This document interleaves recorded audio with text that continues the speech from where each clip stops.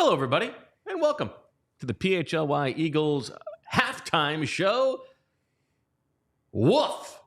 The Eagles trailing 24-7, and somehow it feels like that is way closer than they deserve, given the way that they no-showed for the start of this game. Touchdowns on 3 of the first 4 possessions for the Tampa Bay Bucs. Everything looking extremely easy. On offense, 3 and out on the first 3 possessions for the Eagles. They do get a touchdown at the end of the half on a 4th down conversion to Paris Campbell from 1 yard out. But Jamie, maybe the bye started early for the Eagles. Yeah, this is very uninspiring football. I mean, what was it? Through the 3 possessions, they had net 0 yards. Yes. Defensively, you're missing tackles left and right. Hurts is working with a limited hand here. Just some pretty ugly, uninspired football here in the first half. The total yards in this game through the first half, 287 to 69. You got the time of possession there? Nice.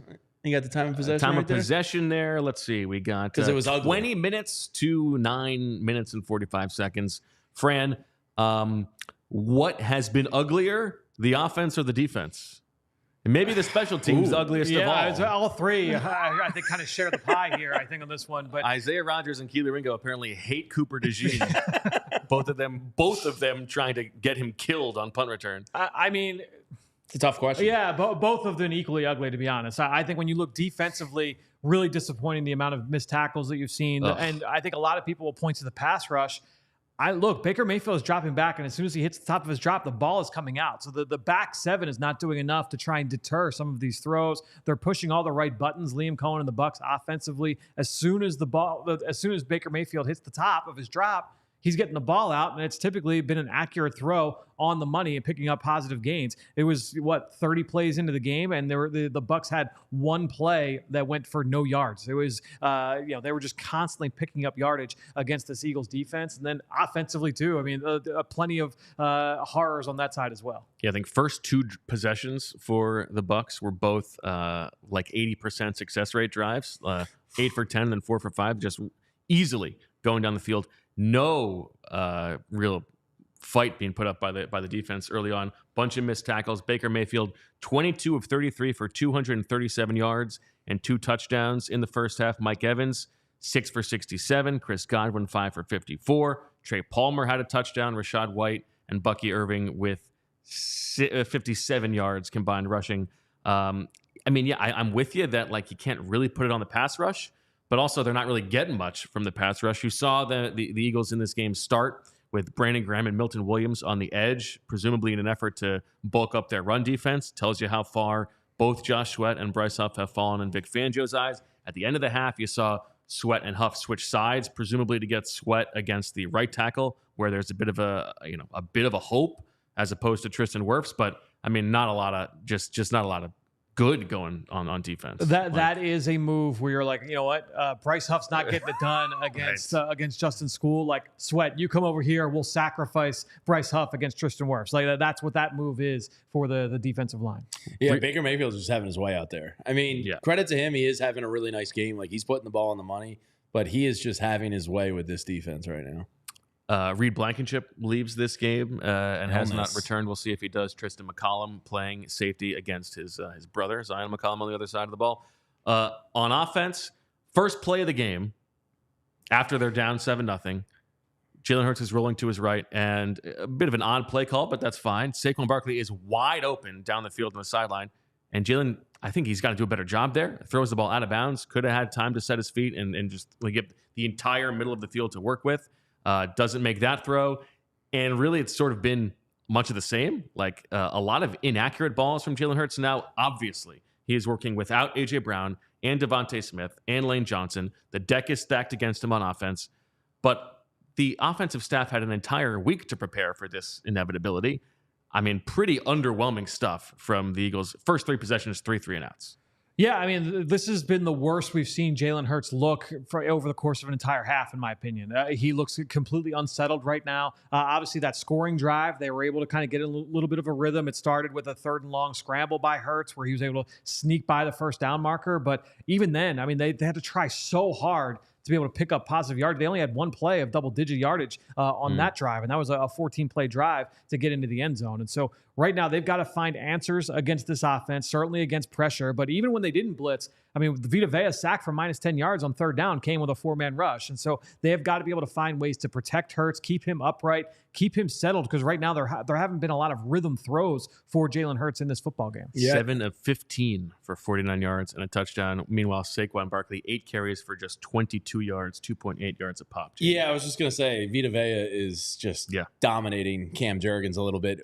I mean, that happens. He's one of the best in the league for a reason, but 2.8 yards. Saquon was like kind of your hope in winning this. You figured Goddard was going to get his a little bit.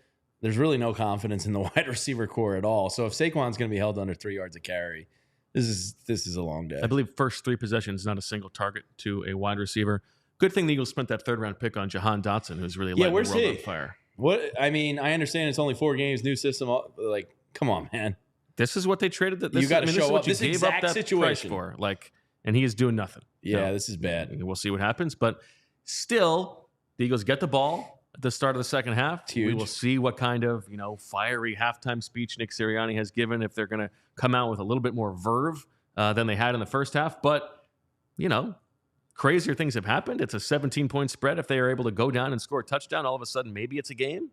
I didn't feel good going into those final drives there at the end of the half, where you kind of knew, all right, they're in hurry up mode. You're taking the run game out. You're taking it's going to be pure drop back pass.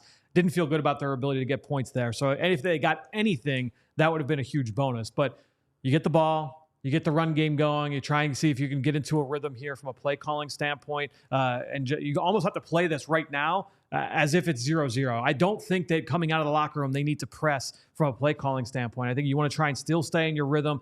Hopefully you're able to put points on the board on that opening drive, and then you got to get stops on defense. They were able to do it in the second quarter, but they've got to be able to stop the Bucs and don't let Baker Mayfield get into any more of a rhythm than he's already in. To your point there, I think the heat is getting to the Eagles defense a little bit. Like, they looked worn down at times. So if they can find a way to get this run game going and kind of take it to the Tampa Bay defense, you got to let them feel the heat too.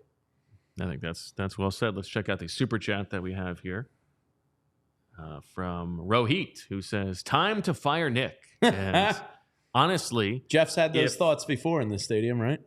Well, that's the thing. Think about this from Jeffrey Lurie's perspective, right? The last time he was in this stadium, he's thinking to himself, probably, like, do I have to fire this guy? Like, this is some of the worst football that I have ever seen.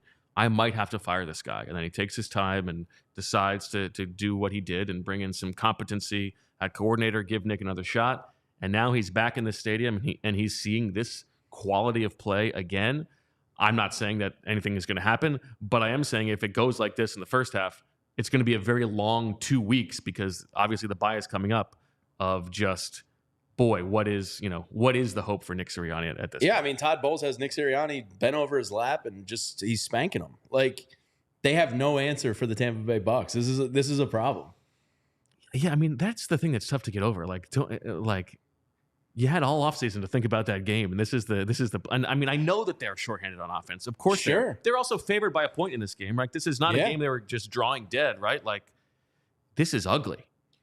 Yeah, and just to come out, you mentioned that first play, right? The very first play of the game to come out, and what looked to be, it was a 2x2 set, and it looked like it was mirrored route concepts on either side. It wasn't anything to kind of get you rolling, get the ball out of Jalen's hands fast. Then so a give-up run on 2nd and 10 out of 13 personnel. And then you're immediately in 3rd and long. Yeah. Zach put it out, Zach, he tweeted out at one point where it was 3rd and 10, 3rd and 10, 3rd and 7, 3rd and 10, 3rd and 6 to start the game for the Eagles offense. Like, that's not a winning formula, especially if you're worried about the blitz and worried about Todd Bowles and sending those extra rushers. It's a trope, but you have to be able to run the football, stay ahead of the sticks, especially when you're going up against a defense like this. And so that was not a winning formula for the Eagles in the first half. That's why I was saying that they have to treat this when they get the ball at half. You have to come out and try and and just kind of get into your rhythm. It can't be throw to start this third quarter. I think you've got to lean into Saquon. See if you can get into another touchdown drive. Now it's a 10-point game, and you see if you can get rolling from there. All right. Well, that'll do it for our halftime show. We will see what happens, how the Eagles respond in the second half. And, of course, we will be back on the post-game show presented by Bet365, the three of us, and Super Bowl champion Vinny Curry, former Buck as well. So he will have some extra insight on this matchup We will talk to you after the game. Enjoy the second half. We'll see if the Eagles can turn this around. As always, I mean, at least we love you. We